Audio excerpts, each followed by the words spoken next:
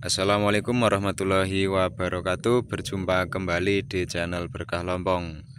Oke teman-teman semuanya, kita hari ini selesai panen jahe gajah. Oke, yang kita akan lakukan adalah seleksi bibit untuk yang akan kita tanam di musim berikutnya. Simak terus videonya sampai akhir bagaimana cara kita menyeleksi bibit tanaman jahe yang bagus. Oke, saat ini kita tadi selesai membersihkan akar dan tanah yang menempel pada rimpang jahe.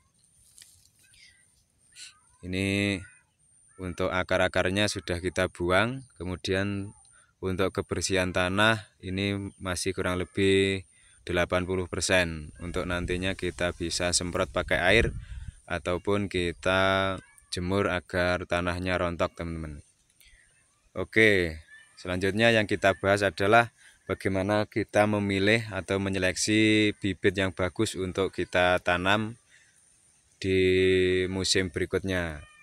Yang pertama, teman-teman, dalam kita memilih bibit tanaman jahe, kita usahakan cari rimpang yang paling besar, teman-teman. Seperti ini, rimpangnya yang paling besar di antara yang besar. Ini kita harapkan nanti kalau untuk turunannya juga bisa besar, berbeda dengan kita kalau memilih rimpang yang kerdil seperti ini, teman-teman. Jadi kalau yang kerdil seperti ini dikhawatirkan menurunkan rimpang yang kerdil juga. Nah, kalau yang jumbo seperti ini harapannya nanti juga bisa mendapatkan rimpang yang besar. Nah, kita sudah seleksi beberapa rimpang ini, teman-teman. Ini yang paling besar sudah kita sisihkan. Yang paling besar sudah kita sisihkan. Ini seperti ini kita pisah. Nah, ini yang paling besar semuanya di antara yang paling besar.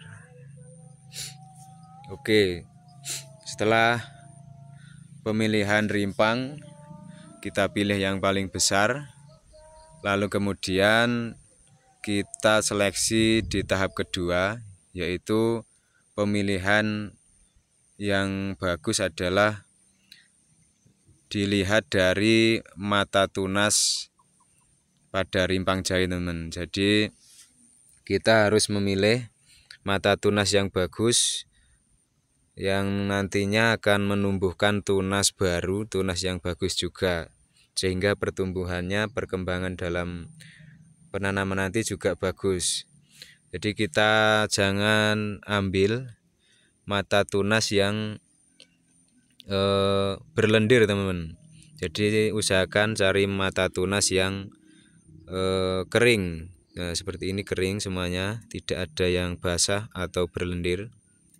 Jadi kalau rimpang jahe mata tunasnya itu berlendir, itu nanti mengakibatkan kebusukan, teman-teman, karena itu sudah terinfeksi oleh jamur fusarium. Jadi akibatnya jika kita tanam nanti tidak akan tumbuh. Misalkan bisa tumbuh 1 bulan atau 2 bulan itu bisa busuk seluruhnya, teman-teman. Jadi harus diwaspadai dalam hal pemilihan mata tunas yang bagus atau memilih bibit jahe yang bagus.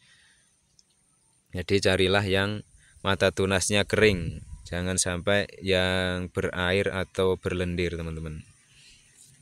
Lalu kemudian mata tunas yang lain, jangan sampai memilih mata tunas yang sudah tumbuh terlalu panjang. Jadi ini sebenarnya sudah tidak bagus yang sudah nongol seperti ini, teman.